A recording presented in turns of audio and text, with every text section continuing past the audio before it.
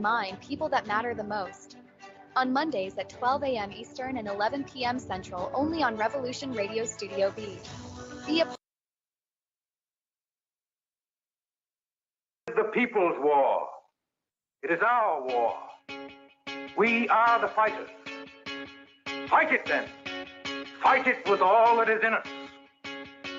And may God defend the right. Warning! Warning! We gotta stop them! They're gonna kill us all!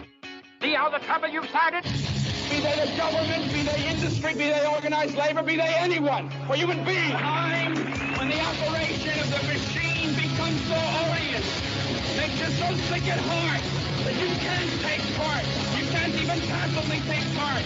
And you've got to put your bodies upon the gears and upon the wheels, upon the levers, upon all the apparatus, and you've got to make it stop. And you've got to indicate to the people who run it, to the people who own it, that unless you're free, the machine will be prevented from working at all. Revolution Radio at freedomslips.com, the #1 listener-supported talk radio station, throwing ourselves upon the gears of the machine. Revolution Radio, where information never sleeps. You called down the thunder, well now you got it. Right, you tell them I'm coming, and hell's coming with me, you hear? Hell's coming with me. Revolution Radio.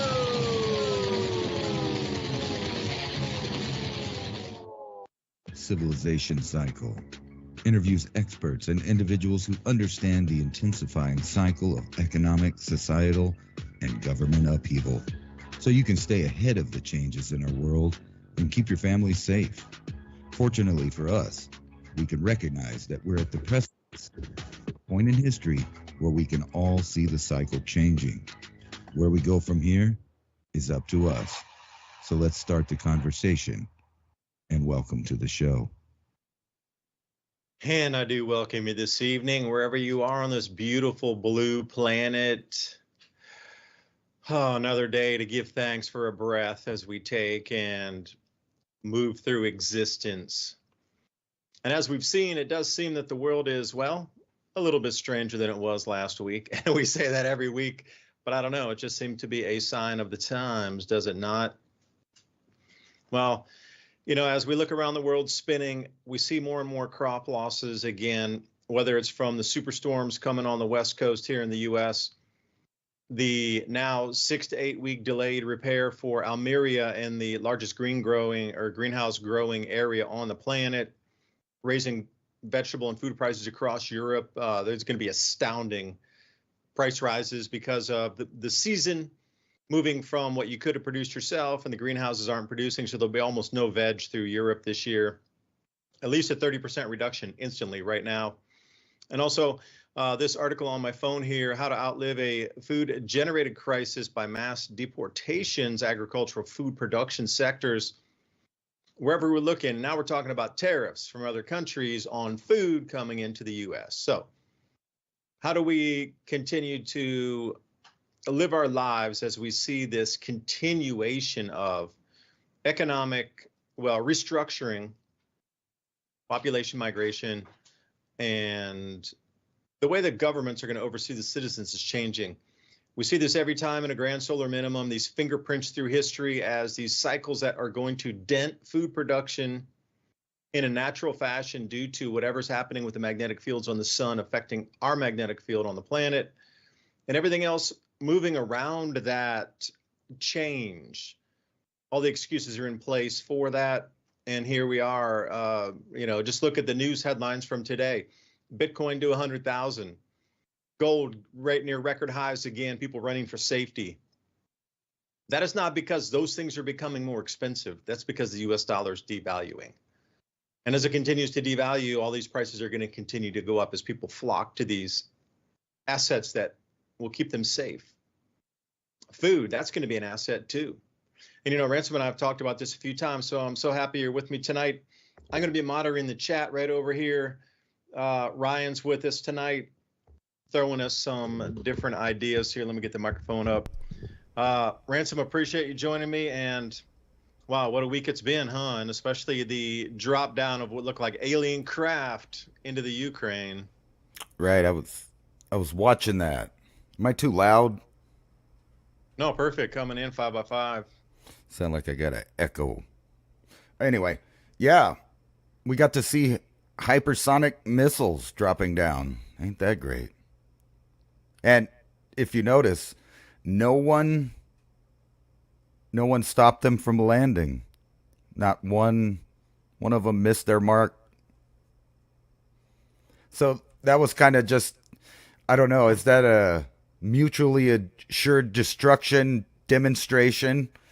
Yeah. So that, these guys are crazy. They want to play with their toys. That's what it just seems like to me. But we talked about this specifically in Ukraine. So if it gets put to the new level or next level, I think Ukraine and their little breadbasket is going to feel the brunt of it. It may be just another Hiroshima, Nagasaki demonstration because, they used one gravity bomb and they set the other one off in the air to test what an airburst would do. And those were little toys compared to what we're talking about now. I don't think that they'll do it myself. I just, I got to think that. I live in a first strike area here in New Mexico. I don't want to say where, give them ideas. But I've seen They're listening to your Ransom. They're tuning in tonight to Civilization Cycle. Thank you, everybody in Asia and Eurasia. Right. Well, they already tested one here. I could say that, I guess. But it was a little thing compared to this. But I've seen the strategic targeting locations, and unfortunately, I'm in a first strike zone within the circumference of complete incineration. So, I would have to know before they do it, a good little amount of time to get at least. I think the biggest nuke they have, you would have to get at least 35 miles away to clear it. And that's just the, thermal radiation blast. That's not even the fallout or none of the stuff that comes after that. They may just decide that everybody's going to go in reverse. So mass migration back down to the equator. Think about all the people that just got into Europe in the last 10 years.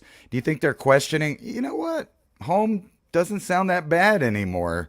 Now that NATO and Russia are kicking off fireworks. But what did we expect them to do after authorizing ballistic missiles to go in their country? I mean, obviously they had to escalate it and demonstrate. And then, so the question is what are we going to do now? Now that they've done that, are we going to back off quietly? You notice Poland and Germany and Italy and all these countries are flip-flopping now. War with Russia doesn't seem, so great anymore all of a sudden. And we're hearing some flip-flop talk from the governments now. I don't know if I want to support the U.S. and their escalation. That's what they're saying. It's pretty, I can't believe I'm living in it. Yeah, so interesting, though, as you said, the pushing down toward the equator, and it brought me back to during the last ice age, we were squeezed down near the equator. So imagine that. Not only would it be just from ice on our planet in a regular 100,000-year cycle, but imagine the radiation from that, too, squeezing us down toward the equators again. I mean, how many times can humanity get squeezed and pulsed down into 20 north to 20 south? And that's it. That band is where humanity lives. Great for tropical, margaritas on the beach and everything. But in terms of, having that kind of I don't know how many people you could, get down there for a relocation effort. I mean, the glaciation period, people just naturally migrated as the conditions were getting colder, couldn't grow food. And you look in Africa where some of these old mega lakes were, and you wonder why people had moved closer and closer and closer and closer. They've abandoned some traditional areas to come in closer to the water. Humanity moves to where conditions are best, whether it's an ice age, whether it's a mega drought for 7,000 years off the Sahel drying out in a 6,000 year period, or whether it's radiation circling around the planet, doesn't really matter. We are malleable beings. We're going to go where conditions are best. Right. So what does that leave us with then? I don't know. Is this the famous man-made global warming that we've all heard so much about? Is that what think about this. Last night I was thinking, if everybody started rushing away from where they just showed up to, there would be this giant traffic jam in Panama and in Egypt and Israel. There would just be massive people trying to move those little bitty tiny island crossings to get to, central locations and southern locations on the planet. Puppy cameo. She won't leave me alone here. She's like, "What are you doing? I don't want to get off the chair, go open the door." But this little thing, yeah. I mean, the world is becoming so bizarre right now. Here, you want to get down? All right, go on. Yeah, the world's getting so bizarre right now. It's just kind of, wondering what the next twist is going to be. But taking out the food supply and making people move. If you were able to hit part of this food supply, now I'm going on it from two different directions here. I talked to Eric Gajewski just the other day. He runs Trek Hat Night. Some of you know him, some of you don't. A little bit controversial on some issues.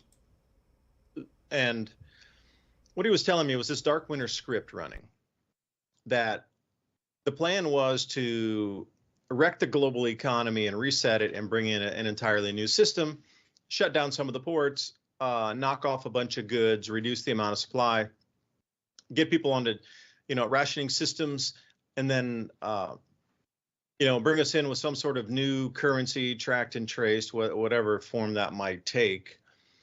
But think about how easy it would be if the global economy collapses. We'll have no money in the supply chain, like farm financing is the proper term for this, where banks give money to farmers to buy the seed in advance. Like if we miss a full planting season, we're toast on the planet. Throw a couple, low yields into some grain zones, that would spook the planet and instantly collapse the economy. But then, you got to think of that next step. If we're watching Almeria in Spain, the greenhouse area that lost about, now they're saying closer to 18,000 acres of greenhouses during that massive hailstorm that dumped a year's worth of rain in a day on Barcelona. And then that was the second storm, but the first one was Valencia. Then Barcelona got hit with nearly a year's worth of rain after that. It was like some unusual storms right there, but it dropped 8 inches of hail down on those greenhouses. And then they had sideline winds that bent a lot of framing. So it's not just, you're going to replace your netting or whatever, shade cover off that. There was some serious damage. So it's just a death by 1,000 cuts. So a low grade nuke, that would spook everybody. Market would collapse, no farm financing. And we see everywhere else around the planet how many cutoffs there's been of food fires in the food factories, cattle, chickens, wherever. There's just like massive, incredibly heavy losses in the global food supply since 2021-ish. But it escalates right now. And we're into this point where we are so precariously close to a rollover where there just won't be enough food on the planet. And at that point, then you got to think about, A, the panic it would create. I'm not going to be able to feed my kids. And then B, the total control that could be brought in, in an instant. A lot of people envision this thing is going to take years to roll out before they can get the Americans under control and then the other countries under control. Most of them are already. But people envision this can be a roll slow out to some sort of like oppressive state. You take away the food, not even for a full season, spook the markets, make sure there's no farm financing, ports shut down. And if you're in the middle of winter, then that would be a very dark and scary winter. And things would change so drastically before the spring arrived. Unless you got microgreens in your house and ability to grow food indoors. You're looking at eating dried goods only with no fresh veg. And that's a tough one to do because, you get stopped up after a while. You need some roughage in there. But if you haven't been stockpiling like some beans and rice and that sort of thing, and I know you do and I do, a lot of people aren't going to be prepared for that. And then what? I mean, you're going to stand in line in the freezing cold for 2 to 3 hours outside of a Costco to get your turn in line with armed guards inside to like get your tiny little ration, then walk home. I mean, rewind the clock into the World War II era when you see so many those scary pictures of people like wrapping around the block, and they're not standing there talking to each other. They are pressed chest to back, like you're not cutting in the line. So take me down that route for a second here, because I wanted to just quickly, this article here, somebody sent it to me earlier, how to outlive a food crisis generated by mass deportations. And this will also affect agriculture and food production sectors here. So what they were talking about is you're going to have to rely on local food systems. Back to your local support of your own local farmers. Now, be aware they're going to be inundated. And unless you know them already, you're not going to be very, welcome. You're not going to be thrown off the property, but you're just not going to get a place in line unless they know you. So that would be the first thing. Like this weekend, go find a farmer. The food cooperatives, those that are storing food banks, these types of things are going to be raided. And also they're going to be protected, and the community sense, hopefully it'll spur some community gardens or community sprouting types of things. Home gardening is going to take off huge. So how do you think you might be able to fit into that, your skills that you could help? And then we're going to need food preservation techniques. But the whole thing about the amount of labor hands that go into getting that produce out of the fields, like California is a good example. I know a lot of stuff's mechanized, but not all of it. If they're all gone, there's nobody to harvest the crops. And see, this is where we get into that catch-22. A lot of people are like, yeah, rah. But are they thinking about their belly when it's grumbling because the yeah, rah has spooked a bunch of people? Let me tell you a personal story. Lived out in Hawaii for many years back in early mid-1990s. And I was working out there, working in a couple of restaurants. I was just into doing my own thing, surfing, just enjoying, mountain biking, hiking, that sort of thing. I was just taking some time off after university to just kind of sort life out. I'd gone to India and had my mind shattered on really what the reality of our world is, perceived of what we were taught in America, like to go out in the rest of the world and see what it wasn't compared to what we were said it was here. It was a mind bender for a bit. So I was like, I'm going to drop out for a minute.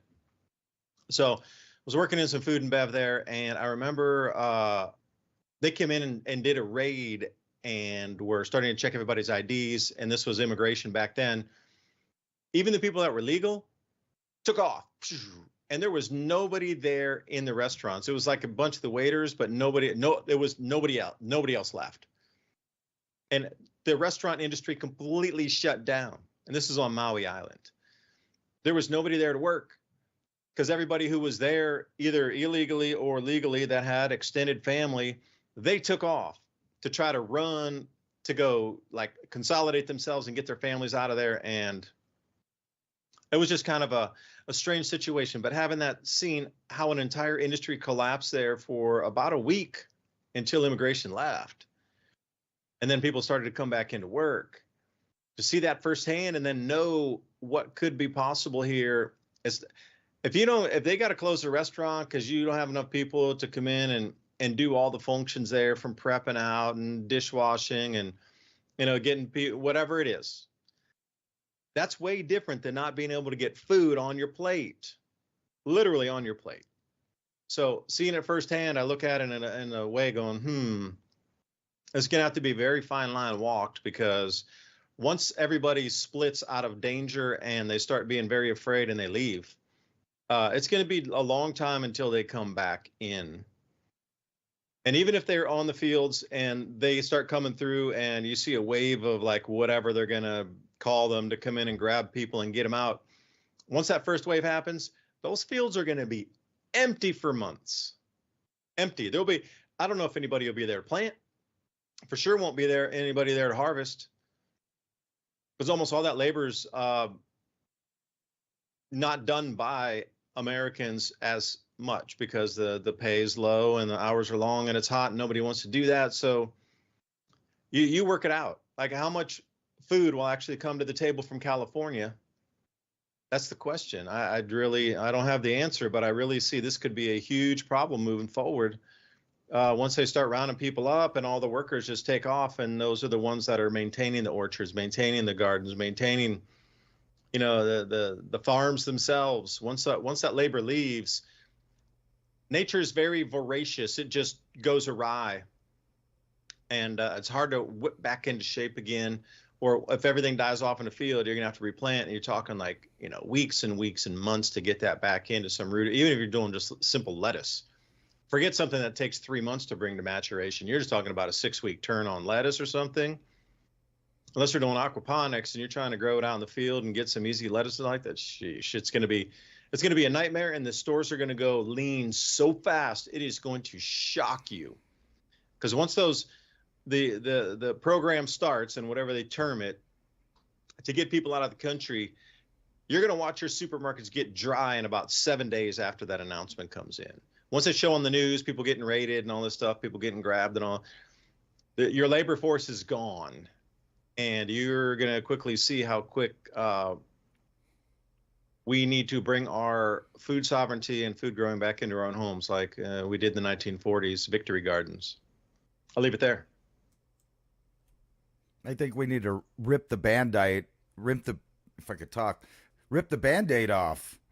Anyway, I mean, how many, Generation Z and millennials, for that fact, are still sitting at home with mama? They're just sitting at home. They're collecting a check. I know the help is there for a good reason.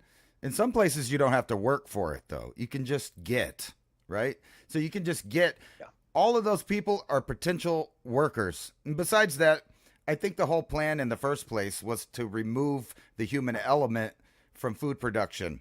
And I've been looking at all of these AI pickers, weeders, planters, shakers, tillers, all of it. All of it can be done with machines and AI in a small American technician force if they wanted to.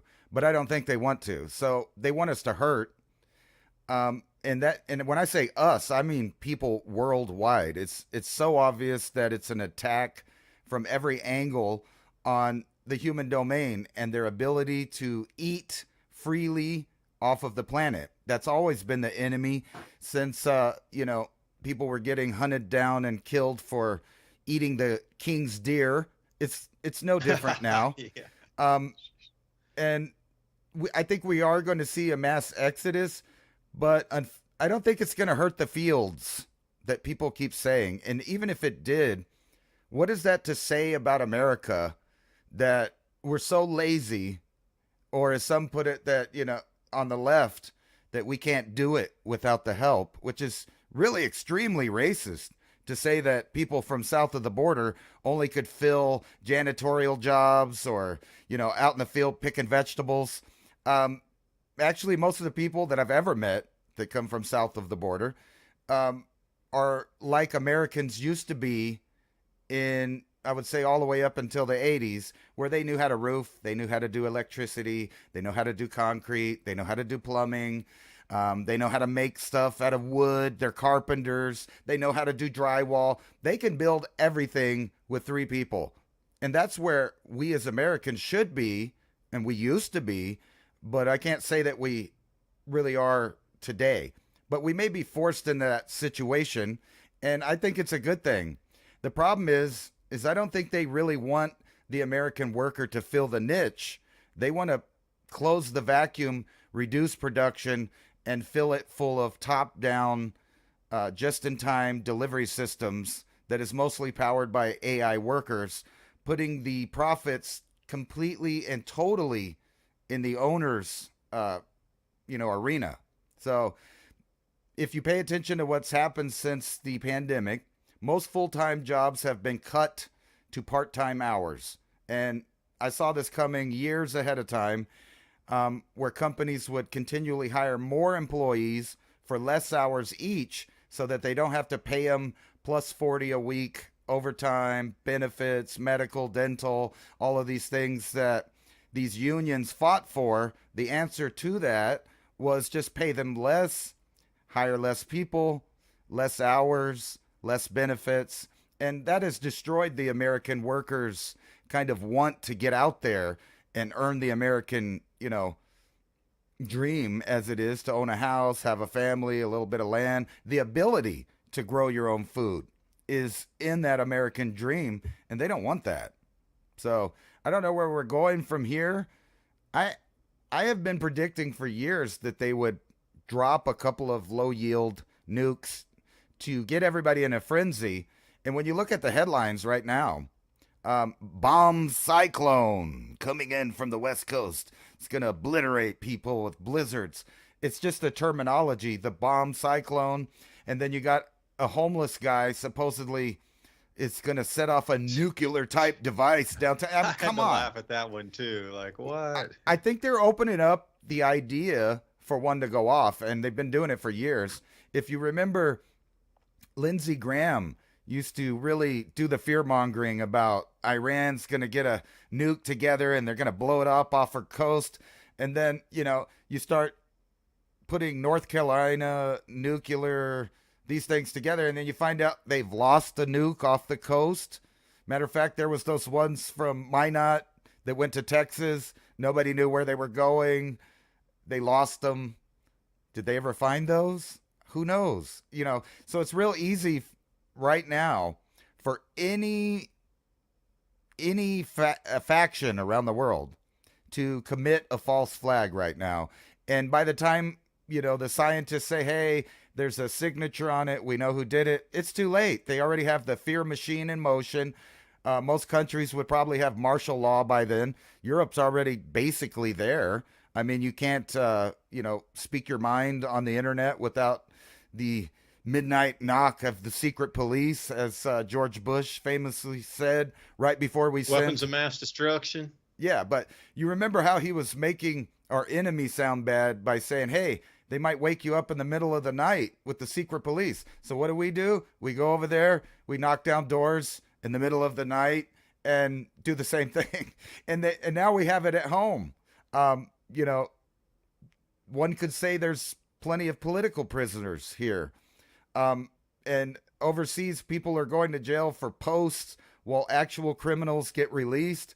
And the whole stage is set to light a match, get everybody tribal, completely spread the shatter belt across Europe, have people pick sides, and there you go. We have World War III, and without any bomb being fired, the reduction of food will happen immediately because people will start hoarding. Countries will start thinking about themselves first. New trade deals will open up, and they'll say, no, we're not going to trade with you. Matter of fact, that's already happening. China is upset with us because we have a new trade deal in Southeast China Sea with different countries. So everything's a tinderbox right now. So we only have two choices from the future. Either they do the M.A.D, mutually assured destruction, but reduced. And we already know that they could pop off a bunch and life will go on as normal as far as the earth is concerned. Now, human activity is a different story. But I see more that it's more going to be a kinetic warfare between us, Russia, and China. And that's going to open up many job opportunities in the manufacturing sector, while China and the United States start to compete for how many robotic AI machines, drones, capable of launching warfare in the next, I'm going to say 5 years. That's what you're going to see. And that may be what all of these data centers are actually being created to power, is the massive intelligence infrastructure it would take to fight drone warfare. And what I mean is like what's going on in Russia and the Ukraine, but amped up times 1,000 when you get the major manufacturing centers involved in creating these small, deadly killing machines. And the Air Force has already started to go over to that because they can make an AI jet fighter aircraft for about $1 million versus $30-40 million a plane. So imagine how many of those they can mass produce in a short amount of time, and this time without all the Chinese microchips in it. Yeah, I saw that video recently where there must have been 5,000 drones that went up into the sky and that created that hexagon pattern. I mean, if you're already at that level right today, and that's just drone operators, I can't imagine where it's going to go on the military sense when you're going to have, a full military apparatus directed toward that. That's going to be a scary day because it's just going to be one after the other, boom, boom, boom. And if they have little devices in them, they could just pound through a wall indefinitely until they get through anything. Cave walls, 10-foot thick concrete, it just won't matter because they're just continuously going to bang that hole there until it goes through. And then what happens after that? So Ryan sent me a couple comments here. Viv B, good evening. Frigid weather. Western Minnesota, first snow yesterday. Indiana snowing right now from 56 Robin.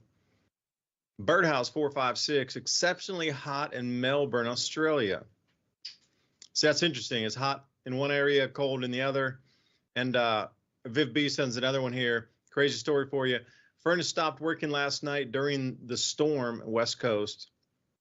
Luckily, had a wood stove, saved us from temperature drop, wind chills 9 degrees below 0 Fahrenheit. Turns out a squirrel had dropped message ends. Oh, a walnut into the furnace vent worked its way down into the furnace motor. Did auto safety shut off. Crazy thing says repairman sees all the time. And Taco Banana question: do you guys agree with Ben Davidson's early 2040s prediction of the micronova? Do you think we're getting super cheap land here in Colorado or Wyoming to escape the flooding one day? I'll have to say that kind of flooding that Ben refers to with the Adam and Eve story, you're not talking about a wave that's kind of creeping toward you. You're talking a continental size, 2,000, 3,000 foot high body of water after the planet stops rotation or is blasted with so much particulate off of the sun that it evaporates our ocean and sends it into a different direction. Like the last thing you're going to be thinking about is beachfront property if that cataclysm were to occur. If it were to occur, I would imagine there would be less than 10 million breeding pair humans on the planet. That would be a reset to the reset. 5 to 10 million surviving humans would all that would be left. I mean, you go through some of these stories, Noah's Ark with the floods and things. That was, again, predicated on some sort of vapor event where water was coming from beneath the planet, above from the planet, and it is conjectured if it did slow rotation enough to then slosh an enormous amount of water. So what caused the water to come from beneath and not just shoot out of the crust, but geyser out of the crust miles high into the air? Something electromagnetic occurred during that time. Every single culture around the world talks about that. Are we into it for 2040s? Not sure, but if it is, I'll be enjoying the ride. Bitcoin to almost 100,000, $99,000. Q9X talks about, and Herbs, California, Casinim. Yeah, I watch how laborious picking strawberries is. I get you. Again, without the mechanized machinery. And this is the thing we lost too. And I agree with you, Ransom. Like, coming back to, we all used to have that work ethic. Like when I grew up, I was taught you go get a job when you're 16. You start working, you start paying for things, you start getting that discipline of going to work as a kid. We all had part-time jobs even when I was in high school. That was it. You had to. It wasn't like, yeah, there were a couple of kids that had wealthy families and they didn't because that was just the way they were brought up to be, whatever. But the rest of everybody we knew was like, they were all working. And we all had part-time stuff, whether it was a weekend or after school sometimes. That's kind of work ethic that got, put into us until, you're right at the end of the 80s there. And then it kind of stopped. But everybody had that work ethic. I'll go out and work in the yard. We'll go out and do something, whatever it takes until it gets finished. You're out with the grandparents when I was a kid. It was hot, it was cold, whatever. It depends. It was summer or winter. We went out, we had to paint the house. We went out, we had to work with the garden. We went out, had to do stuff with the fish pond. There was all kind of things to do, and it didn't get done until it was done. And that's the kind of work ethic that was, kind of grew up with for an enormous amount of people. And again, we've gone away from that. Like everybody's so afraid to do any of the work these days. Like, to bring that spirit back of, all right, this is part of it, working with your hands, working on the land, knowing these skills. But now everybody outsources everything. Oh, hey, we can call somebody.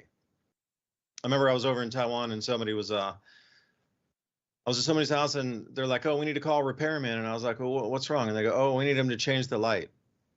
And I go, oh, you need electrical fixture? You getting something new? And they go, no, the light bulb's burned out. And I'm like, what? I couldn't believe it. Take that, I'll change it for you. Like, unbelievable stuff. But anyway, here we go. 167,000 pounds of ground beef got recalled. E. coli scary. And you know what? This is like the 6th or 7th article I've seen in the last week of recalled produce. Getting ready to do a video just about an enormous amount of that. And one last thing here, Ransom, while I ramble. BlackRock has had its Aladdin AI bot doing their trading for years now. Of course they have. Herb Green sends this one is. How do you think that, and Aladdin's not just the only one, the CME, almost every, that's Chicago Mercantile Exchange, almost everybody has bots trading, and they're at millisecond trades, taking 1/10,000th of a cent overage. So you, as a person trying to trade in on that market, when they're literally doing 100,000 trades a second or something on that kind of level of 1,000 trades a second, 10,000 trades a minute, you're trying to run with an AI that's coming in and out and dictating the market. It moves. It is a market maker, and it moves up when price reaches a certain, and then it just makes it fall and it'll go short. And it just does this all day long, literally millions of times on markets across the world per minute. And it harvests all that money out every single minute. Like you as a human trying to play in that field, yeah, you can catch some of the big moves. But when I talk about millisecond moves, I'm really talking about 1,000th of a second trade variances. And I've seen it go down as far down as 1/10,000th of a second move, where it really is only trading fractions of a penny. And some of the newest market makers are putting out there 18 decimal points down on what you can trade off of a penny. So think about the arbitrage opportunity, and this is where they get into it also. If you're able to get a better rate at somewhere around the 16th decimal going down, you can always control those last, say from 18, 17, 16, 15, like you control those last three. That's where the money is to be made consistently. It's not about making that money on the half cent. It's about making money on the 1/10,000th of a cent, 10,000 times a second. And this is where this Aladdin comes in. And it is, I knew some guys who were coding for a few trading houses, and the algos they were running were the ability for these things. It's outside human comprehension on how many calculations are occurring, just not only in the US markets, and cryptocurrency markets included. This wealth is being milked out of us by a computer system at a certain rate that we won't smash it to smithereens. It's enough constant rate, just like the Fed steals 2% of your money through inflation every year.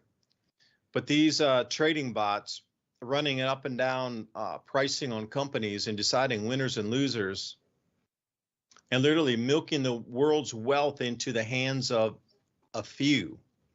I would encourage everybody to read about Aladdin and how it trades and how it is capturing the world. It's not going to be too much longer until it literally controls all wealth on the planet. It's almost like if you believe the stories of Anunnaki coming back to collect all the gold into the repository and take it off planet or in inner planet, whatever you believe. Aladdin is its own thing, and they don't call it Aladdin for no reason. This thing is supernatural, interdimensional, borderline, godlike, if you believe in such a thing. It is a fictitious entity that could be termed as a fallen angel that has taken on mathematical properties to harvest human energy from birth to death. And I'll leave it there, man. I might go a little bit too deep into it there, because knowing what I know about this system here, you're really just, you're along for the ride. And as long as you're alive, and you will be from now, your energy will be harvested. And this set of, and there's subsets of Aladdin as well, it's stripping the wealth and moving it into different arenas of control. Do you realize BlackRock, how many trillions of dollars they have under control? They control about half of the world's wealth right now. Half. Now that's a big statement to see. You know, you're talking quadrillions of dollars, but a large 50% of that approximately is under the control of that, or is traded with that Aladdin system. And again, it's going into subsets as well. But those subsets are all feeding back in. So it's basically like a toroid loop. It's looping back in on itself. Okay, so the subsets are pulling the wealth out, and then it loops right back into BlackRock, and then it rolls back out and it loops right back in again. So again, I'm going to stop here. I got to let the dog run out of the. So please take over for just a second. I got to get her out of the room. All right. Let's see if I have Alzheimer's. I can't explain Aladdin. It's so strange, and so it's like a fallen. All I'm going to say is a fallen angel with mathematic precision. Yeah, I could see that. Except for we kind of made that, so we asked for it. And a lot of people don't know. What is his name? Max Kaiser was talking about how he made so much money and that the entire stock exchange was ran by AI in 2010. I've been, listening to him for a long time, and he joked about it, and everybody was like, no, that's not true. And he was like, yes, it is. I'm rich. Why are you arguing with me? I'm making money off it right now. And let's go to kindergarten science class, though, for a minute. I don't know about micronova, but there are some big burps off of the sun that could cause damage. And I hate to tell people there's not going to be this massive flooding. That was caused by something about 12,800 years ago that impacted into our enormous ice shelves, which was stored water on top of land. And it went into the ocean. The ocean rose about 400 feet. Now, the story about water coming up out of the ground, think about this. The entire crust of the earth is like a sponge. It has a bunch of holes, caves. It's very permeable. It's very porous. So if the ocean came up on the side of a continent 400 feet, the water level around the world would level out, which means that if you were in low-lying areas, water would just come up out of the ground from the aquifers being overfilled by the ocean rising. And that would explain most of those stories about water just coming from the ground. The ocean went up 400 feet. Now, you don't have to worry about that today because one ice cap is already in the ocean. And everybody knows that ice cubes, when they melt in a glass of water, the water level never changes. So that's not going to contribute to flooding. The only water stored on Earth right now that's possible to add to it is on the land in Antarctica, and it ain't unfreezing anytime soon. Even if the Earth got really hot, it would still be cold on the southern pole, holding most of that ice. The rest of the ice is in the ocean already, so it's not going to raise the water level. So there's only two things really that could cause massive flooding on a biblical scale everywhere. That's an impact in the ocean, which would put up lots of water into the air, or a volcanic event that is under the ocean, which there's many of them all throughout the Pacific coast. There's plenty of those that could do that. That could cause that. But as far as the Earth stopping, there's no evidence that it's ever happened. There's no evidence that it'll ever happen in the future. So that's kind of silly. So instead of buying a trailer court lot to support your favorite doomsday channel, you could just help us out by buying a coffee on the Buy Me a Coffee Civilization Cycle page there. I don't know. Was that too much of a... I didn't want to hurt nobody's feelings, but Some of that is just fantastical, nonsensical nonsense about micronovas and frying the earth. We have supernovas and you have big flares, but I don't know about no micronovas. That's all funny to me. So if you want to move on a little trailer-sized lot in a doomsday cult right next to a prison in the middle of flatlands, Colorado, be my guest. But I don't think that's a good spot to go. I would head deep into the Rockies or deep into the Appalachians or deep into the Ozarks. Other than that, there ain't no place to go.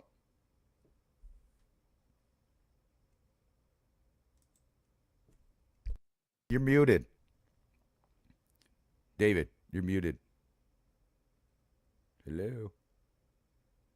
I don't think you can hear me. What's going on? You can't hear me.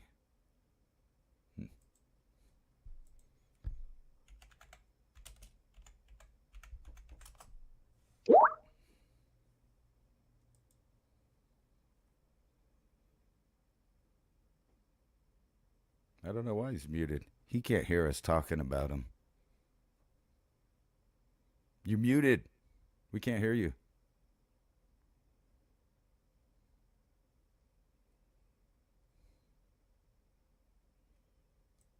You guys look at my face until we sort this out. No, I'm just kidding. Yeah, I can't hear nothing, man. Let me...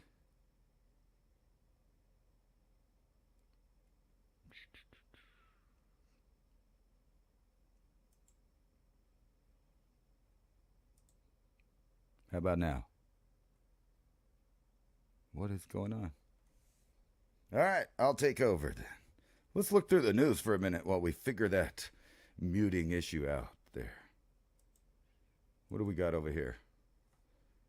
I was going to talk about some of this stuff right here, which David was already bringing up. Is AI going to turn against us? Think about this. A lot of the nuclear defense is under the control of AI right now. So I hope that makes you sleep better tonight. Let's see if he's back. I still don't hear you. Oh my God. Let me see here. No, hear nothing. I think the CIA has intervened. You must have had something really important to say. Let's see here. Anyway, atmospheric river pummeling North Carolina northwest with flooding and rain. So I would prepare. Always prepare. Even if you don't think nothing's going to happen. So 80 million people could be expected traveling this Thanksgiving. And right in the middle of WW3 and all the other stuff going on, I would maybe leave early and arrive early to where you want to go. Because I don't think you're going to be doing much flying. And who knows about how many air zones are going to be shut off. Not only from this blast from the Pacific right here. Over 600,000 in Washington are expected to lose their power. Or no, they're just going to get pummeled by cold, tropical storm-like conditions, if that makes sense. Things are escalating in the Ukraine. You got a senior North Korean general wounded. Everybody's taking sides. And I wanted to get your guys' opinion on this. What is this? Is it a fly? Is it an airplane? It looks like a blue orb flying through the New York skyline there. Was that a balloon? What was it? This is interesting, and I've noticed, this kind of goes back to what I was talking about, drone warfare. I think it's already happening. We have evidence that cartels use it for executions, for monitoring areas of land. So they're using it for logistics to get people in, people out, things in, things out. But not only just that, they're using it for killing machines, just like over in the Ukraine. And now police across the United States are starting to investigate drones flying over sensitive areas, over restricted spaces. This is becoming an increasing incident of drone involvement in places they shouldn't be. And I have a feeling that even here in America, we're going to see the first headlines of either people being assassinated, attacked, some kind of story about domestic or foreign terrorism involving drones. The FBI now supposedly arresting a guy, and he's charged with planning an attack on the New York Stock Exchange. So whether this is predictive programming or there's really people out there that are nutty or working as assets, you can expect things to get really interesting now that the proxy war in Ukraine has escalated to the degree it has. And people just really aren't getting what's happened. Russia fired a ballistic missile that had a MIRV in it, or excuse me, a hypersonic missile with a MIRV. The MIRV deployed, which in normal circumstances would be a nuclear warhead on each of those little small independent rockets so they can spread out. And the point to take away definitely is that no one stopped them. All of them hit the targets where they were supposed to hit, and it was faster than anyone could react. And then Russia launches their new missile, and U.S. provides more firewood for Ukraine with tactical weapons. And what was? Oh yeah, here it is. Just look at this, and keep in mind that each one of these flashes that hits the ground would be a nuclear bomb going off for each one of those that hits. Boom, boom, boom. There's 4, there's 8, there's 12, there's, on and on and on and on. Complete destruction in the area that they'll go to. And think about this.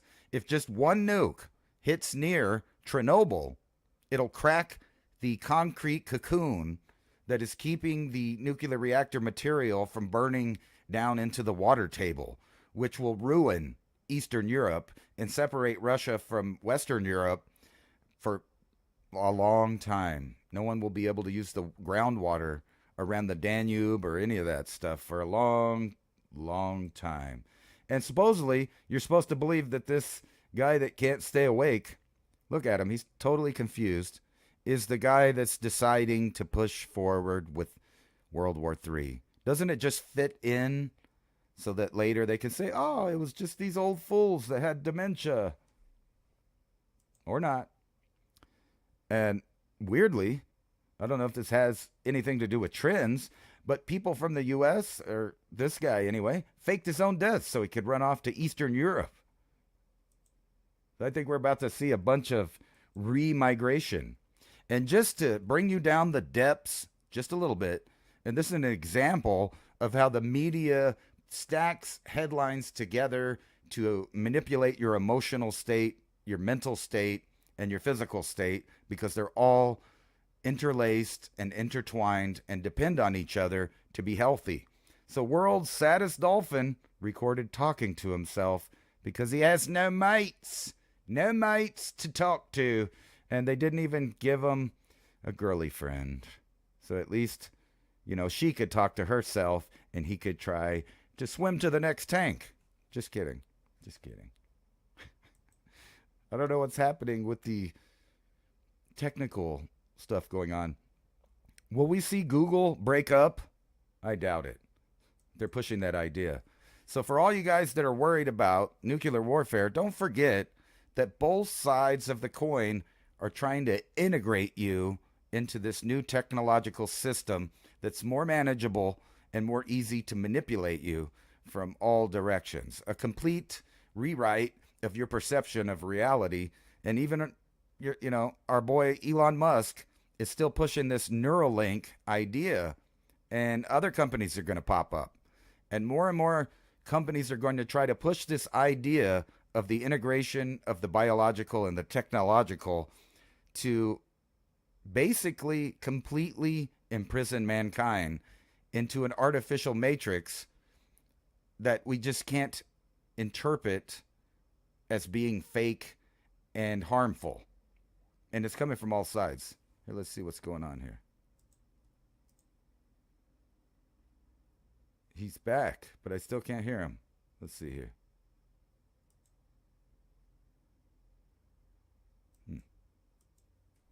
Maybe. What is going on?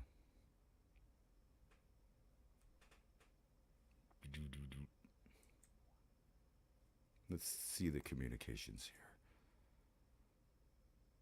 He's not muted. That's weird. All right.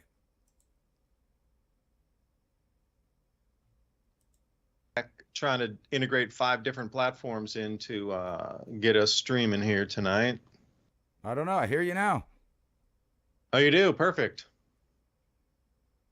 That was well, weird. 3 minutes until the break. So please remember, come on over and join us, civilizationcycle.com. We'll get you the show notes of the ideas we've been talking about tonight, just in a quick bullet point fashion on a one-pager.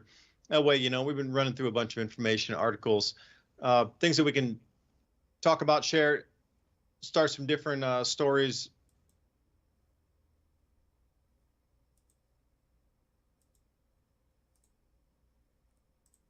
We'll get you the one-pager. And if you like this type of content, please support the program here. Buy us a double espresso so we can work late into the evening to continue to bring this type of information to you. We'll be back right after this short break here. Appreciate your time. Thank you so much. And it is going to be solutions for all of us coming together to share ideas, not just one single thing is going to work. We'll be right back after the break. Listen to Revolution Radio at freedomslips.com, and we'll be right back after this message.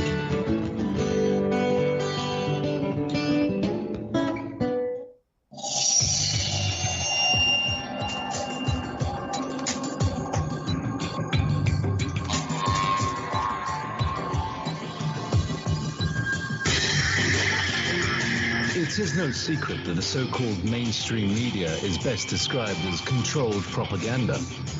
Countless news stories are either totally ignored or spun with half-truths, and because of this, essential facts and vital information are often compromised. Join Dr. Ott every Friday night on Studio B at 10 p.m. Eastern and learn why The Story Behind the Story was nominated for a Peabody Award in its second year of producing unparalleled broadcasting excellence in 1997. That is, if you really care about learning the truth.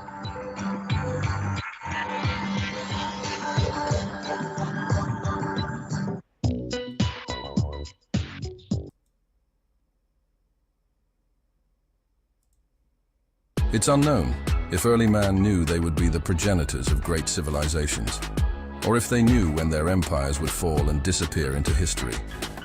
Fortunately for us as modern man, we can recognize that we are at the precipice, a point in history where we can see the cycle changing. Where we go from here is up to us.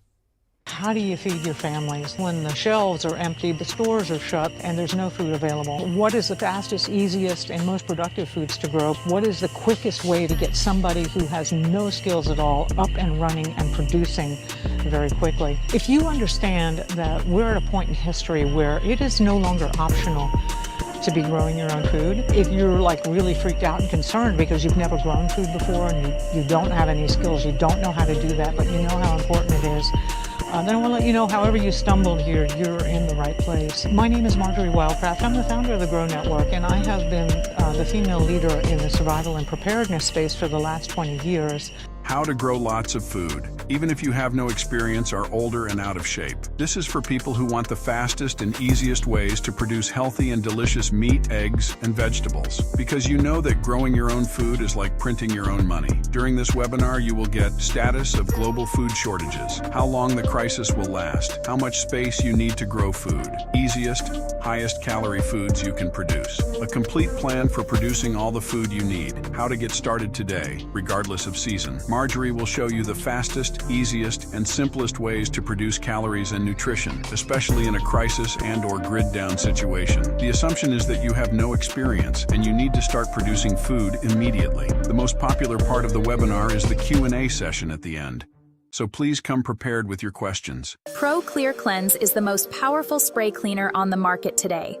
No elbow grease necessary. Pro Clear Cleanse cuts through grease and grime like a chef's knife. Finally, the one cleaner that can do it all. Powerful surfactant cleaning technology cleans ovens, glass, porcelain, even polished wood. Environmentally friendly, less packaging and waste with no harsh smells, pet safe, child safe. 5 tablets equals 1 bottle of traditional cleaner. It's 5 months of cleaning for a fraction of the cost. Behold the grease-erasing power of Odor Crush. Simply drop a tablet into your bottle of warm water and shake it so it is evenly diluted. Spray the surface you want cleaned. Let set longer for tougher grease. Take a paper towel or a reusable cloth and wipe. Done and done. Howdy, partner. You know people are having dinner and the smart ones are eating beef. Let me tell you a brief history, or more accurately, a beef history of dinner. Domestication of cattle happened around 8000 BC, but that's not when beef became what's for dinner. We've been eating beef since times before history. The earliest cave paintings have beef eloquently depicted on the walls. Those cave drawings of the hunt were for the aurochs, a primitive bovine. That's right, beef. Like I said, people are having dinner now, and the smart ones, well, they're eating beef.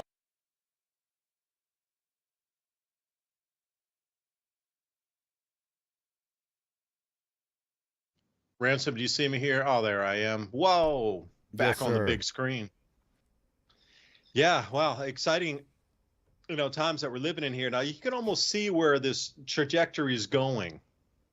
Not on an exact day at an exact time, but you can get the general trend. I think we've been doing a pretty decent job at that of, looking out at where just around the corner it's going to go. Kind of like driving a car. Your situational awareness is around there. You see some things there. The road's going to go to the right. There's a lot of, factors showing you. There's bright road signs with arrows. Hey, we're going that way. Lines on the road. If you look down, you can see you're going to turn that way. A lot of people are oblivious to the signs that are all around us. Nature's giving us signs. The government's giving us signs. Economy's giving us signs. People around you behaving strangely are giving you signs. The birds, the whale strandings, everything is giving you a sign that, well, there's massive change happening right now. Now, would you just sit idly by and go, oh, whatever, I'll just go to the supermarket. Hopefully there'll be some food there when I get there. But most people don't even think like that. It's just like they go and they're like, where'd all the food go?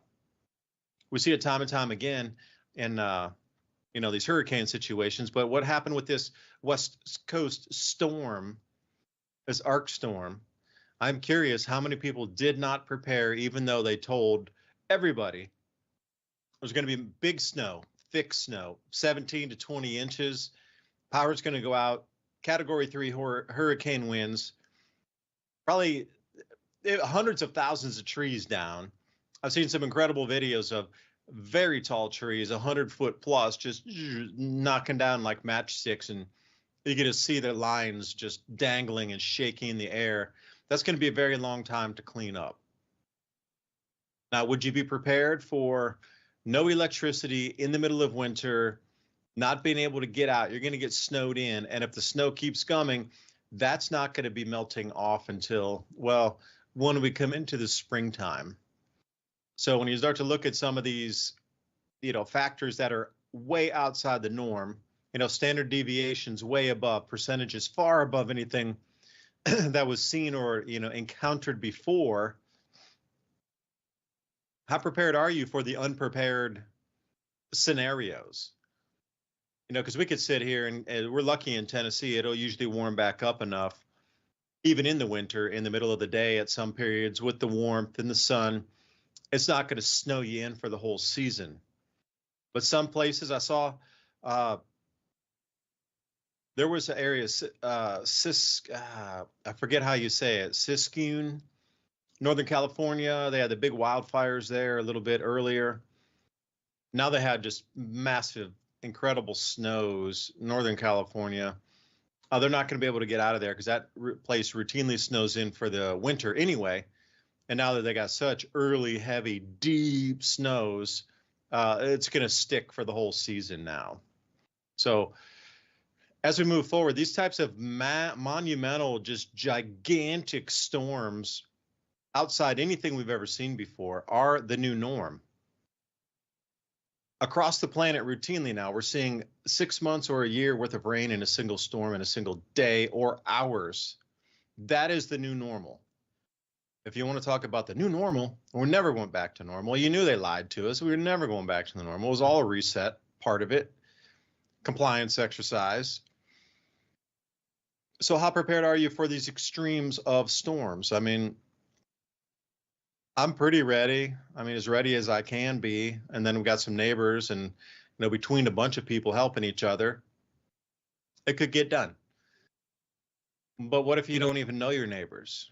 What if you know 0 neighbors and all your stores are closed? Then what? Well, you're going to be thinking about life in a little bit different situation. So again, Revolution Radio, thank you for letting us talk about these issues tonight here. If you consider free speech something of value, which it's becoming valuable, consider a donation right here, revolution.radio. Check out that navigation bar, see many ways you can donate. Cryptocurrency is one way. And speaking of crypto, the bull runs are running.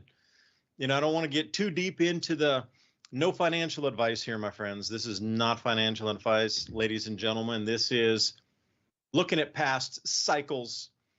And when we do, and we see the bull runs after the halvings of the Bitcoin, generally it had a cycle to it anyway, but now with all the real money coming in. And when I say that, I'm talking about companies, institutions, governments, private offices, sovereign wealth funds, all starting to accrue this thing called Bitcoin to put into their savings permanently now. The at least values that I've seen through and I look at Max Kaiser too, and I love he makes me laugh when I watch this guy. Kaiser, he's eloquent when he speaks. He's really intelligent, like hyper intelligent, but he's funny too, you know? So I get a lot out of his videos. And he was saying somewhere 10 million Bitcoin around 2032-ish. You know, Michael Saylor comes out and says 13 million. So, you know, now we're starting to get a couple very knowledgeable people. And now the rest of the crew is starting to follow along going, yeah, Bitcoin's going to be over 10 million per coin in the early 2030s. And then once the final mining supply is finished, then it just starts to become a store of value for countries at that point. So if you're looking for a new gold standard, people are saying, well, how are they going to reset the currency? Well, there's a new value class that just kind of got scooped up, like an asteroid of solid gold just got pulled out of space and put on the planet. That's kind of what this cryptocurrency thing is. It's a new asset class, never existed before, but suddenly there's a huge amount of value into it. And this $3 trillion market cap is probably going to go somewhere at least way over 9 trillion by the end of this bull market, and probably further, just depending on how much more institutional money comes in, or like banks and, you know, stock market. A huge amount of fund managers are pushing it into their, you can get it in the 401ks now. You can put it in as a percentage of retirement savings. It's becoming its own behemoth economically. We just cracked at 99,000 here for Bitcoin. As soon as it hits 100, everybody on the planet's going to know it. And then at that point, that fear of missing out, that FOMO thing, is going to take off like a scalded dog. From an old saying out of the early days, And the reason I bring that up here is this one article, the title, for those of you that want to look it up yourself, Setting Up a Crash. Federal Reserve pulls more than half of the credit available through the Bank Term Funding Program, the BTFP. Now, for those unfamiliar, banks need loans too, if you didn't know that. They don't have enough operating capital at times either. So what our Federal Reserve does is lend them the money, usually short term, 1 to 3 days, and that'll get them through their available credit crunch. And this happens all the time. Now, I want to bring you back at a point in history here, and I want to try to put these two together. In 2019, before COVID started, they were pushing in something like almost $1 trillion a night to keep our banks from failing. And here we are very close again. And the Federal Reserve just pulled half of the available funding for their Bank Term Funding Program. Like, it's almost causing the crash to occur on purpose. So how do you take liquidity away from banks that need that? And you're taking all the liquidity away from all the banks that are needing it to stay afloat through the evenings, which makes no sense unless it's purposeful and they want to crash the system. Now, the reason I'll tell you that is if they want to crash the system, it means they want to bring about a new system after the old one is finished. That's where we're going with this. You think this whole cryptocurrency thing evolving as it is now? Well, finally, the technology's caught up enough, and all these players are on the XRP protocol with their on-demand liquidity, that all the sovereigns are in on it. When I say sovereigns, I'm talking about nations that, like, say, the Middle East, for example. You know, the M.A.D protocol has been running. For the Bank for International Settlements just let M.A.D run wild. It's off the reservation. It is free to go where it wants to. That's a combination of China, Saudi Arabia, United Arab Emirates, Hong Kong, and there's one other one.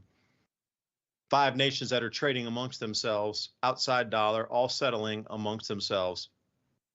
Now, this is running on XRP. So as we start to see these different liquidity pools come in and the instant settlements, distributed ledger technology is going to be a thing you will remember for the rest of your life. DLT, this is going to reshape our world. Every bank is going to start using this. All financial institutions are moving and gravitating toward this. But distributed ledger technology it's all on the blockchain. Everything is moving. Like, the old system you knew is already gone pretty much. They're just trying to get us into this phase where it collapses and they just bring it out. It's already ready to go everywhere. Literally on the planet, it's ready to go everywhere. But how do you get people to move away from an old system and bring a new one that has a completely different value to it? And for those of you that are holding on dollars and be like, well, I have $1 million. Not after the reset, you don't. It's probably going to be 1,000 to 1 on the reset, or 100 to 1 at best. And the price of gold will be revalued in a total global sense. So looking out at dollars won't even be a measure of things as much. Like, we try to price things in dollars. You're going to be pricing them in Satoshis, or the price of Bitcoin against something else, or XRP against something else, or the price of gold against Bitcoin or Satoshis. Like, this thing, the way we measure dollars is going to be done away with after this crash. We are coming to an entirely new system. And that's what I see evolving. Once Bitcoin hits 100,000 and they get more people aware, they need the global awareness of at least what blockchain is. Once they reach that, with the person in the middle of the Amazon jungle goes, hey, can I use your phone? I want to download the Bitcoin app. Once we're there, we're getting close. Once the Bitcoin gets above 100,000 and then it gets to 250,000, way less than, I would say less than a year, because most people are calling market top for this halving cycle somewhere around September to October of 2025. The crash as we know it will occur between then and now. As these prices get up and the awareness goes out and all these people are starting to get ready and FOMOing and getting ready to understand crypto, and they get it, and then all of a sudden the system crashes, they'll have already heard an inkling of it. So yeah, that's great. We can move to this new system. But anyway, welcome back for the second hour. I know, Ransom, sometimes I just gobble up the time there. I'm a time hog on the beginning of the hour. Excuse me, ladies and gentlemen, Ransom Godwin joining us back here again. You know, I was just wondering, like, could we get to a point where someone's thinking, well, I got this chunk of silver. Is it more valuable than this 1987 can of green beans that I blew the dust off from my grandma's cupboard? Is it still good? Depends if there's mold in it or not that's visible. No, I'm kidding. But when you look at the trends right here, this is more to what I was talking about the future of jobs in America. Auto worker wipeout. Why car companies are cutting thousands of jobs? Because they don't need them. They have AI, they have machines to build the products for you to buy. But the question is, wait, Ransom, I'm going to dovetail and say there's going to be way less demand for it as the economy crashes. Nobody's going to be buying cars. It's going to be too expensive. They're going to go through a reset period. Exactly. That's what I'm saying. How can you buy these products without the jobs to support it, right? And then if you want to really look where things are going right here, firearm suppressor demand explodes at historic rates. Now, I wonder why so many people would be wanting to buy suppressors. I mean, I just can't figure that out. You think it might have something to do with the near future where the Pentagon fails its 7th audit in a row. But don't worry, they're going to clean up all this money and where it went and figure it out by 2028. So don't worry. They'll have that all, shaped up by the next presidential election. Isn't that convenient? I remember there was some lost money back in like 2001 in September sometime. Wasn't that also correct? Right. It was like $2.7 trillion. But just recently, they said they lost 4.8 or something like that trillion dollars. So there's double the cover-up coming. I mean, think about that, or quadruple the cover-up. Where's all this DOD money being spent? We can kind of see it in the proxy wars. And then FEMA kind of told on themselves when they ran out of money that they're using all that money for alternate programs. We'll just put it that way so we don't get in trouble. But the whole thing, here's another one, like the trade, the Intel sharing community is now making new deals. Here's one. China fumes as U.S. Philippines sign new intelligence and sharing and defense deal. So this is more of that drawing the lines out. Which side are you going to be on? And then if money... Oh, they're so fuming. They're so angry. Yeah, well, once we kind of get in the situation where there's a limited amount of resources and products, that's when I think they'll end the paper dollar.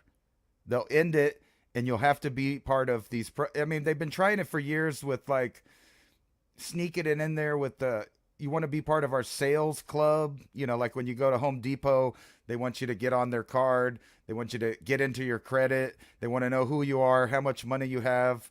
And then they have these, all of these super saver things. And all of that was just a beta to get your data so that in the future they'll know who you are, what you buy, and where you can buy it. And as we've seen in the last 4 years, that may depend on the political win, whether or not you get to participate in the economy or not.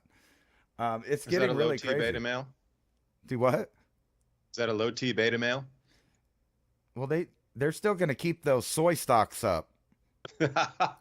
Somebody's got to protect each little stock. So there's a market for the soybean. I'm not in it, but some people need that. So what is going to happen once the kinetic wars actually get going? Because what we've seen is basically a tit for tat escalation using missiles, basically with no warheads. If you've been watching Iran, Israel, Lebanon, Gaza, it's a whole bunch of rockets, a whole bunch of missiles, but only one group is actually dropping warheads that do damage. The other groups are kind of just saying, I know, but... we can send them, but we just need something to put in the tips of them. Where are they going to get that? Walking the thin line, walking the red line. I was watching this stuff earlier about, where the not only where the missiles would hit, but what they have. And they have enough to demolish every city. But when you realize how small of a surface area compared to the rest of the earth is, it's very easy to see that they could just move away and wait. And everything from like oil spills to nuclear blasts seem to go away pretty fast. I mean, think about all the ones we've blown up, and then think about stuff like the Exxon Valdez, all the way to the more recent one in 2011 that spilled all over the coast, in the Gulf Coast. One hurricane later, it was gone. It's totally dissolved into the ecosphere of the world. Yeah, nature's easy and cleansing like that. It's a regenerative system that we live on here. It's not a one-time and it's damaged forever system. If you've seen what a volcano does or what a hurricane does, what kind of damage natural storms can do, it is far beyond your wildest imagination of how much damage the planet does on its own. It's not like we're the ones that have caused continents to shift or to bury something in 30 feet of mud or ash. Or wipe, and you saw the Mount St. Helens volcano. That was an entire mountain that shifted. Like, how much human time and how many machines as humans would we have had to use to make Mount St. Helens move that much? Because you look at it, and in just that one single day, the entire mountain shifted and moved over to the side. You got to think about, humanity is not primed for any such thing like that. And so I'm just sending a couple charts here. I think people might be interested in the possibilities of where this takes us. Now, a couple more comments here. Viv B, writing me back, says, there's always that comet, Apophis, supposed to be a near miss to Earth 2029. And yeah, Ransom, I'll let you go with this. I got to grab this call here, okay? All right. I'll be right off. I'll be right back. Change my picture here. All right. I wanted to show everybody this picture. This is a picture of Sierra Blanca, where I live. And in there, you see snow on the top. Back in the late 80s, early 90s, the teachers at my high school would tell me that this would be a thing in the past by the late 90s. And then, then they started saying by 2013 or something. Well, that is snow on a mountain named Sierra Blanca that has been the only source of water and an ecosystem in this 500 square mile area where I live, which is located in the Chihuahuan Desert. And that right there is snow from recently. Just the other day, it snowed on there again. So this whole concept that we wouldn't see snow-capped mountains, even out here in the middle of the desert, was completely false, was completely a hoax. And now look at it. And, there's mountains like this all over the world that are getting snowfall, in which they said wouldn't exist later. But there it is. It sure does exist right there. Uh-oh. Did I do it again? There we go. Anyway, I guys wanted to show you this before we run off. All kinds of shakeups going. This one, where is it? Right here. Pentagon fails 7th audit in a row. And then you have people threatening to get rid of certain job titles. People worried about getting court-martialed. Why would they worry about getting court-martialed unless there's been a lot of funny business going on for the last 275 years of our country?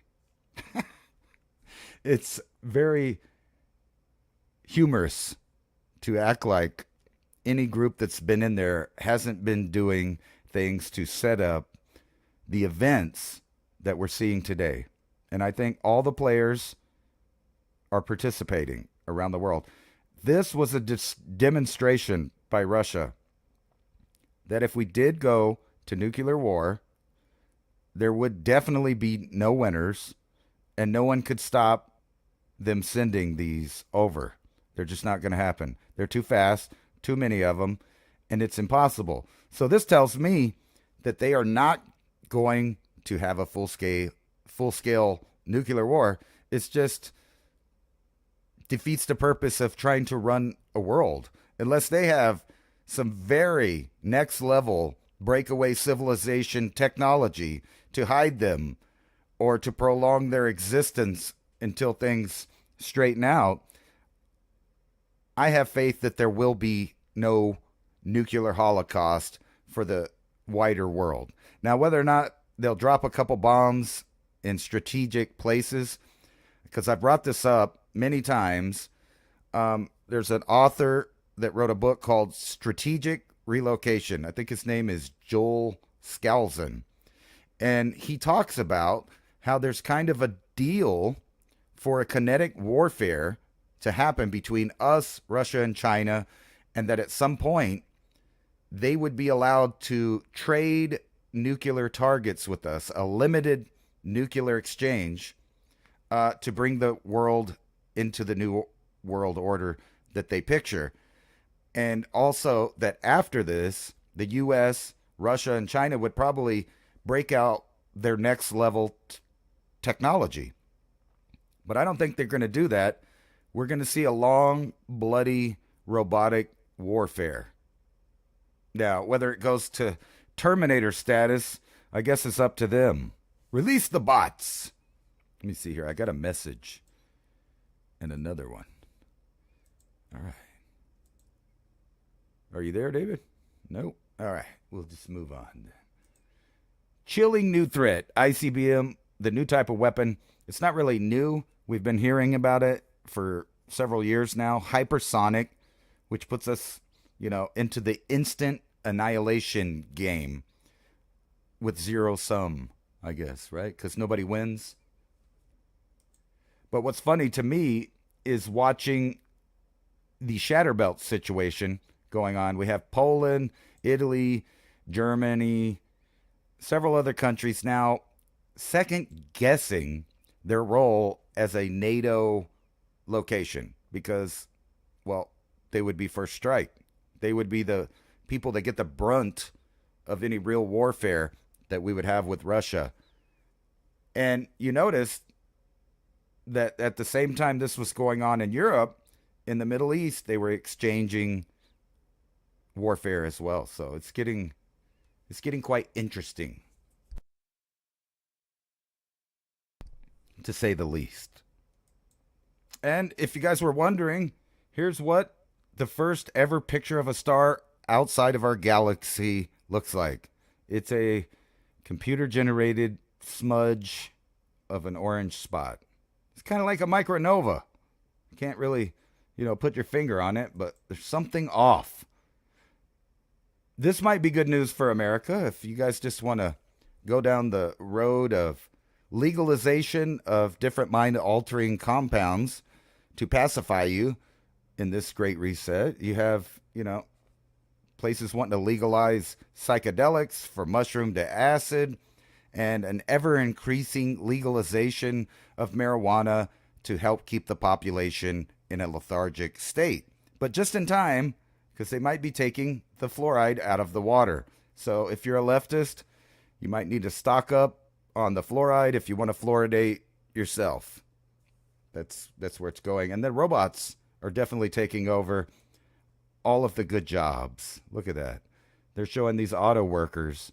But if you've seen their manufacturing plant, it's a dangerous place for humans to be. And matter of fact, there's so many, probably millions of videos of Chinese and some of them in Taiwan and some of them in the Philippines and some of them in India where people prove that they don't belong in the middle of automated machinery. And I'm talking about some really gruesome videos of people getting stuck in the machinery where they shouldn't be located, in my opinion. I mean, it's about to be a hazardous workplace for humans. And in that, isn't that really AI systems turning against humans? Not in a warfare type of way, but in a replacement type of way.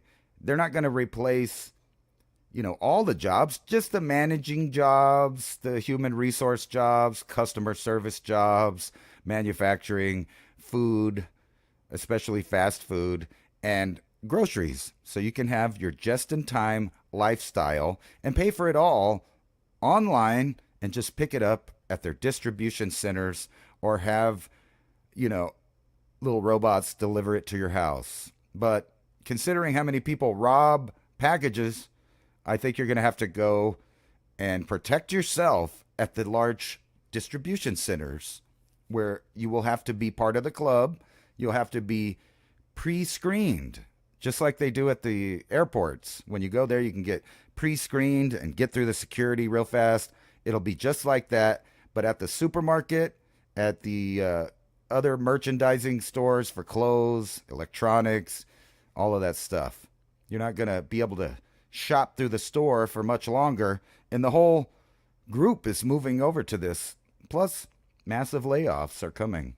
So all of this is all kind of coming to a head in the same years. And I kind of predicted that no matter what Trump tries to do, there is a big machine working against America having energy independence, the Second Amendment, free speech, private ownership of land, and the production of food from oneself and one's own private property. So we're in a world of hurt. Where's it going to go? I don't know.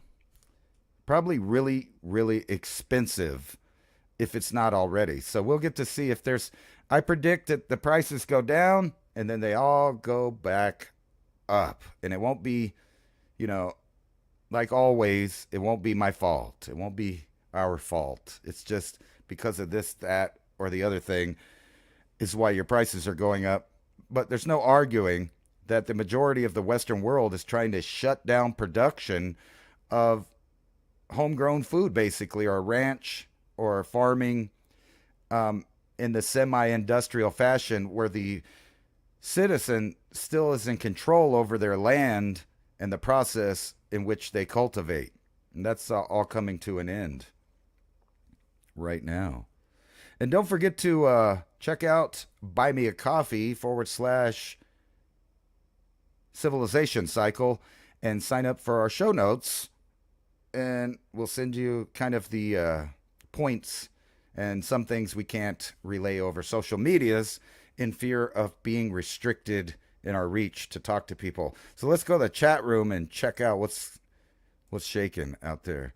So over in the Mountain High Time, you guys look like you're having a blast. Any questions since I'm asking? Or I'm also monitoring Mini Ice Age Conversations podcast. So thanks for joining us over there. And we're also on Mountain High Time, American 4K, the Raven Wolf channel. We're on Civilization Cycle, Facebook, Twitter, Instagram, and various other Twitter pages, and Twitch, I believe, and 2 Rumbles are broadcasting tonight. So it's working out to have this multi-streaming platform so we could talk to lots of people on different platforms. And maybe you could go over to the other chat rooms, meet some new people, expand your network, and, be more prepared. It's a lot easier when you kind of feel the network and all of the new things people learn. You get to learn those immediately with them. Ukraine takes notice, and the rest of the world also. I would hope so. It's a lot to show killing too sad stuff. Wow, that was weird there. Why is Civilization Cycle not a moderator? Let's make him a moderator. I'm on the wrong. Let me sign in. You think DuByne got the call to go to his bug out location? Just kidding. Hope not. Let's see here. Let's make Civilization Cycle a moderator.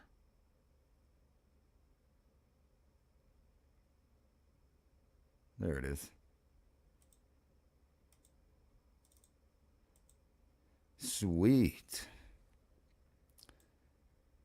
Let's go check over on Rumble. What you guys got to say?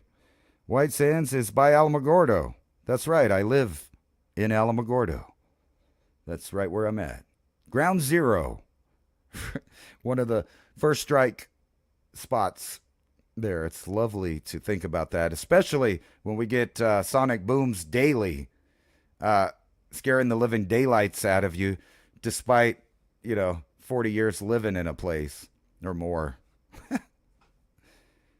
Let's see. Do you live by the Sands National Monument? Yes, I live about 5 miles or 6 miles, I think, from White Sands National Monument. Let me check over here. That's in the Rumble crowd.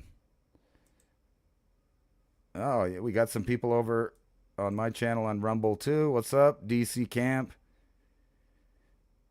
Sweet. So you guys should switch over in the chats and meet like-minded new people. Kind of the big group across several platforms, all receiving our message at the same time.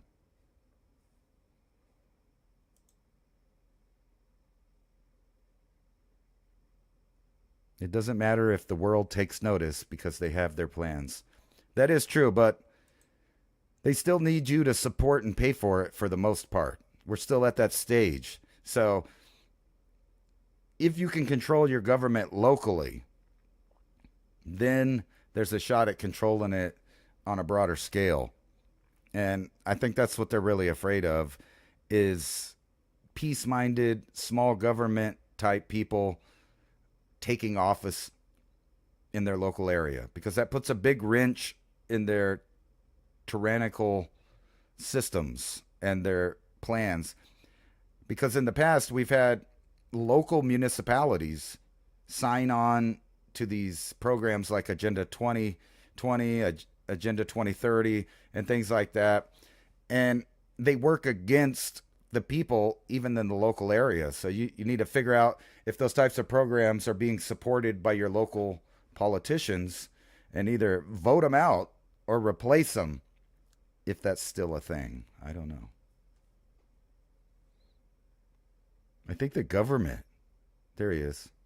Let's see here.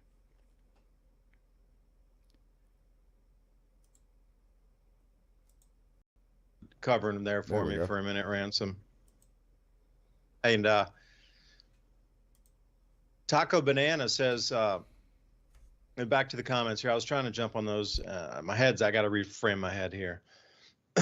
Taco Banana says, anyway, if I eat Taco Bell for 300 days in a row, do you think I'll become smarter and evolve into another type of new hominid species? I don't know, Ransom, what do you think? I think 300 days at Taco Bell, you might have something else growing out of you. You might become a new species. Remember that? What was that show? Super Size Me. That was that movie, Super Size Me. Remember that one? Yeah. I wouldn't do it. I advise against it. I think he's got permanent liver damage or something, that guy. You turn into some kind of Cronenberg. Yeah, but what would happen if you ate Taco Bell for 300 days? Like, really, what do you think would happen to your body? Because I know I get the runs after I eat that.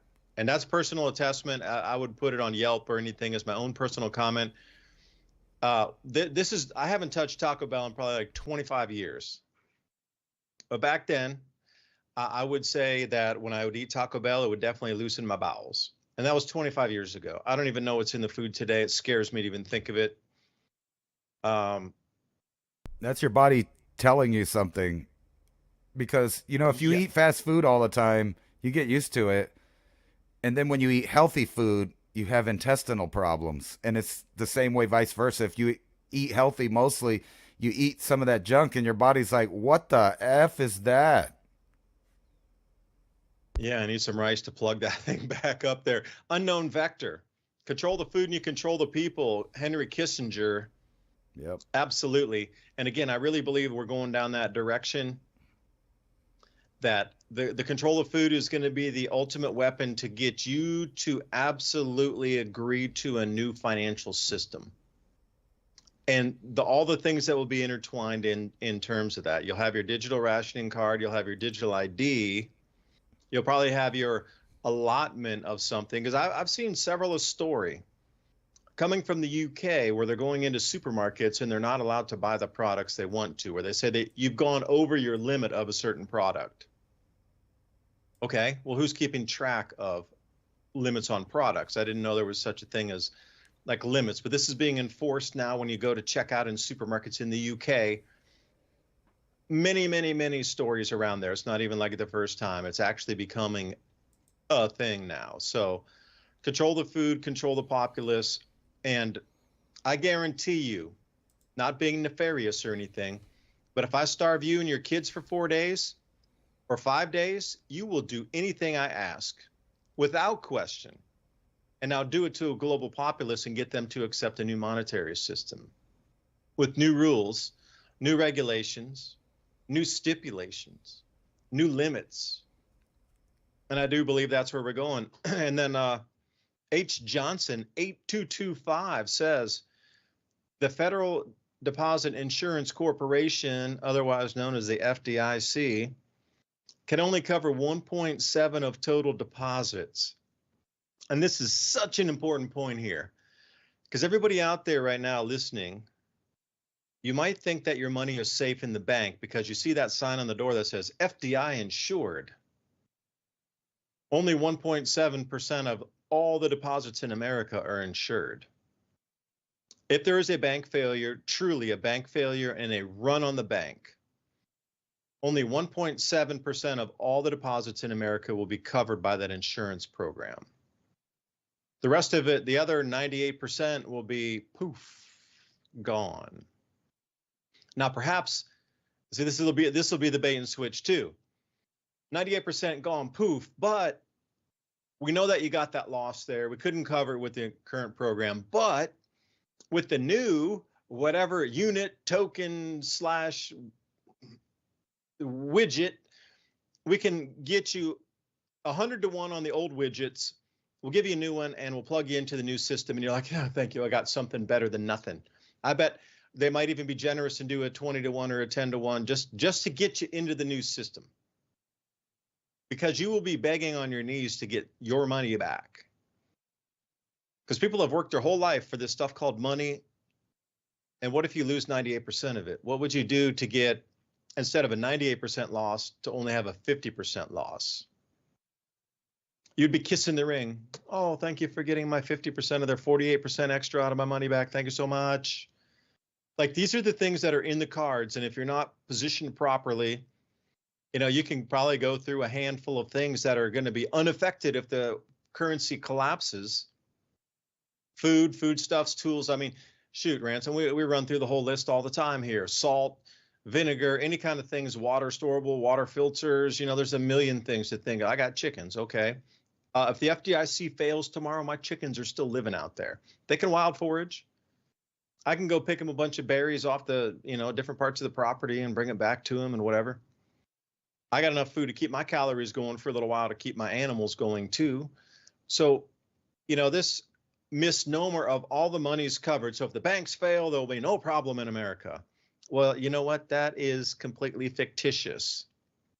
I will call it out for what it is. Now, you've heard the same thing, Ransom. What do you think about the 1.7% of FDIC total coverage? I mean, how would that rock the psyche of the American populace, and how would that break the actual will of the people to know that they lost completely everything? And by the way, no, it's not insured.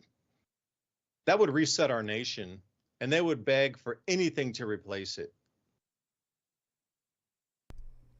Yeah, I'm sure they would. But as we saw kind of going on in North Carolina, there's That's a travesty. They have all those FEMA trailers just sitting there empty, just like Katrina. And there's rumors of government intervention into childcare. I don't want to get too much on that topic, but if you've been paying attention to the airwaves, the government is inserting theirself into families because they no longer have homes. Well, there's all of this money that was supposed to be allocated for emergencies. It didn't go there. And just like we said before it happened, those poor people are on their own, other than their local community that kind of came together and helped them on horseback, on donkeys, on pack mules, people bringing their own wealth in there. That's what saved the people that got saved. That's still what's saving the people that are there. And then think about this. We have Trump talking about capping, 10% APR on credit versus like the 29% or 30% that they offer people. So, if you really believe that to happen right now, you wouldn't take any of those offers from the credit companies right now. I mean, why would you? If they're going to be forced to use 10% APR in the future. Not that I think that will actually happen, but imagine if it did. Why would I sit at home and go, oh, Capital One, 29% APR. I need to borrow $2,000 or $10,000. Sure. All of the credit card debt is skyrocketing right now. So a lot of the population is in debt now. Imagine how it'll be when they're really struggling to use that credit, money, resources for food and utilities only. Almost got there. They'll be cut off. They'll be cut off at that point. It won't. The credit cards won't function at that point. Right. So it won't matter if you have only 10% APR. There won't be any credit to give out. That's true. Now, let me run on to the point here. Go Team 21A says, perhaps think about the ISO 20022 compliant cryptocurrency tokens that are going to be used in the new central bank digital currency system. Global international transactions. By the way, I have a list here. I had already looked at this years ago and seen which ones, because a couple of years ago, these things were just pennies to pick up. Like XRP was 25 cents. Today it's at $1.25 or $1.30. It's running. Okay, so I'm going to give you the list here. Not financial advice. Stellar was 10 cents and now it's at around 30 cents just now. So XRP Ripple, this is going to be one of the number one. They've already let the cat out of the bag that this one is going to be used for global settlements. On-demand liquidity, but they're also going to be using XRP as settlement itself as coinage. Stellar Lumens, XLM, that was a hard fork from Ripple anyway. So Cardano is a decentralized proof of stake. Quant, this is interesting one. This is the center of the center that allows everything from DLT to operate itself. So if you're looking away, like there's something called an overledger on that, but Quant is, if you're looking at a diagram of this new ecosystem, the center of the center of the center is Hashgraph and Quant. Everything else spurs off from that, like you would look at spokes of a wheel coming off a center of like a bicycle wheel. Oh yeah, that chart's great there. Look at that. Somebody bought Bitcoin at bought 1,000 Bitcoin at 6 cents. 6 cents, and now they just sold it all for 90,000. If they would have waited, they could have got extra 10 grand. They could have, had an extra 10 million if they would have waited just a few days. They exited at 90,000, but they could have exited at 100,000 3 days later. But that's just the way the Bitcoin crumbles. That's the way the Satoshis crumble. Algorand, that's going to be another one. Hedera Hashgraph. Again, Hashgraph is what they're ultimately moving to after blockchain. So you're all hearing about blockchain right now, blockchain. Well, that's the intermediary step. Hashgraph is where they actually want to move it to at the end of this. So we're in the transition phase anyway. So if you're looking at the way the financial system is going to be crushed, crashed, smashed and spun like a scrambled egg, that's just the beginning. Once they move us into this blockchain cryptocurrency system, that's fine, but that's just the intermediary step to move everything over to Hashgraph. And then you're into the quadrillions of computations per second once we get into that whole arena there. And that's where the whole Aladdin and hash graph meet in the middle, along with your smart dust and the Internet of Things.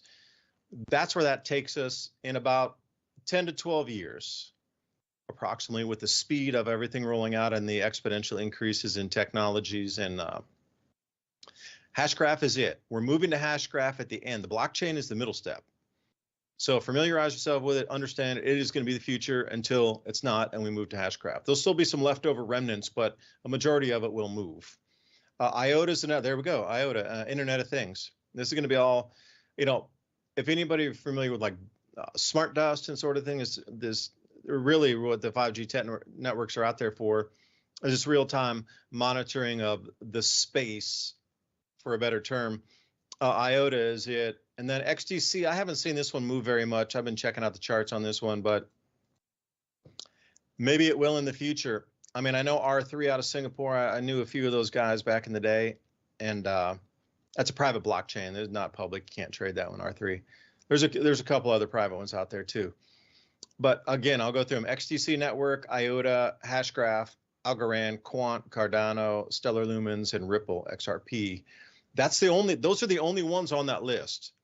And these are the ones, they have to be ISO 20022 compliant for governments and institutions to be able to operate and put funds into those, because there has to be a certain compliance standard to it. It has to pass a certain amount of metrics for that to be deemed safe for investment. These are the only ones that fit the bill. So we got a couple quadrillion dollars they're going to move from the old system into the new system. Not financial advice, but Stellar Lumens will be the stuff that you're going to use to buy like a pack of gum in the store. That was originally the intent of that one. Beyond lightning fast, like faster than any credit card transactions that we have today. I mean, you don't see the speed of it when you insert your card or tap it. There's a little bit of delay there. That's why you have to wait there and go, okay, oh, cleared. This thing is instant. Whoop, okay, you're done. That's what Stellar is for, and it's for small purchases. It's not going to be for buying a house or anything. It's going to be for daily purchases. So anyway, I'll leave it there. I'll show you. And thank you for throwing up a couple of those graphs while I was talking, but that was it. So Go Team 21A, thanks for the ISO 2200. And that's it. I mean, the world is absolutely shifting beneath our feet here, and they're going to use food to drag you into this new world, whether you like it or not. So it's better, just in my opinion, that you would understand it before you get dragged into it. Just saying. It's like if you're going to go travel to a new country, you generally want to do a little research about the customs, the food, the mannerisms, the do's and don'ts of a country, this kind of thing. Oh, where do you change money? Where do you get a SIM card? All this kind of stuff. That's what you would do for research before you go travel. But understand, we're traveling to a new financial system, so you might want to do a little bit of research on it. Anyway, man, that's it. Thanks, Ransom. Please buy us a coffee, buy us a double espresso, and hit us up at civilizationcycle.com. Toss your email in there, and we will get you the show notes. Ransom, take us out. Get prepared for the storm if you're on the West Coast. If it's too late. Too late, man. Too late. Oh, thanks for the government warning. You're about 2 days too late. That's why I was joking. But, every time we mention this, right as soon as some kind of natural event is going to happen, that there's like 40% or more of the people that get caught off guard. And it tells you, although maybe our community may be, right on the newsy and getting updates about every topic every second, there are plenty of people out there that get their news from Antenna TV that's like a week late in the stories and the trends and everything. So the only thing they ever do is tell you you're about to be destroyed by a natural disaster right when it's happening. They don't ever get on like a week before and start buying some food, water, make sure you got batteries. I mean, they have these little PSAs, but they play them in places nobody watches. So like, we're giving you a PSA. Look at the weather. Prepare for it. Don't be caught off guard. Don't be starving, thirsty, and homeless if you don't have to be. Is that too harsh? I don't know. Maybe it's a little harsh. No, it's not. It's reality, man. And people need to really wake up. And I'd say that with in all seriousness, this is the way we would talk to our friends before, and they wouldn't get offended. They might get a little sad, but but it used to be like that. If somebody was really like completely off base, you would tell them, and they would either adjust or get over it, or that would be it. Like you should be allowed to say those things. Why should you not? Maybe I'm old school, man. Look at I'm old. Maybe I'm in a different world now that has changed in front of me. I was just thinking maybe we should get out there and invest in suppressors since the demand is, skyrocketing. Do you think that has anything to do with people planning on hunting quietly more than it does about, what it insinuates? I think it's more about people realizing they're going to have to hunt quietly if things go bad. That's really what I think that uptick is about. I don't think it's about civil war or people, wanting to be clandestine. I think they just want to get Bambi without letting the entire forest know that they did it. Well, the forests were hunted out within, a very short period of time in the Great Depression. Although, there's more people now, but I would not imagine that there would be that much game for very long. I imagine most of it would be hunted out in the first year. And then there's no replenishment stock. So once it's all taken away, it would take it would take a good 5 to 10 year period after those animals were reintroduced before they really started to repopulate the areas again. Feed the squirrels. I'm just saying from history. Feed the squirrels, feed the wildlife. They'll be near you when you need it. Yeah, and you need to know when to, take certain animals in seasons too. Like, rabbits, they always say don't eat a rabbit if it doesn't end with the month of R. September, October, November, December, you can eat rabbits. All the other time, apparently, there's some sort of parasite in their livers or in their bodies because of the conditions. Do you believe it? Rabbits are good. Is that another hunting? Until next week, thanks for joining us. CivilizationCycle.com. And please, if you like the content, buy us a coffee. Well, a double espresso. We're going to keep chugging through the evening here. Bye for now.